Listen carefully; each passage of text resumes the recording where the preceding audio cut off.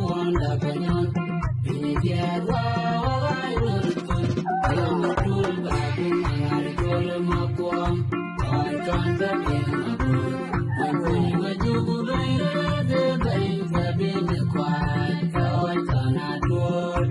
oleh loi koi mariam yang macam lima wen macam lecol tapi loi manjal makan jadi macam-macam gaya kai kegaduya kapur abuda baga punya tanah kon kasendra panai wai kwajori di makan madu kumagan pakamana long biar kumawelo kunyang mayor kukwen akun kwewalene kanjolani nani mawen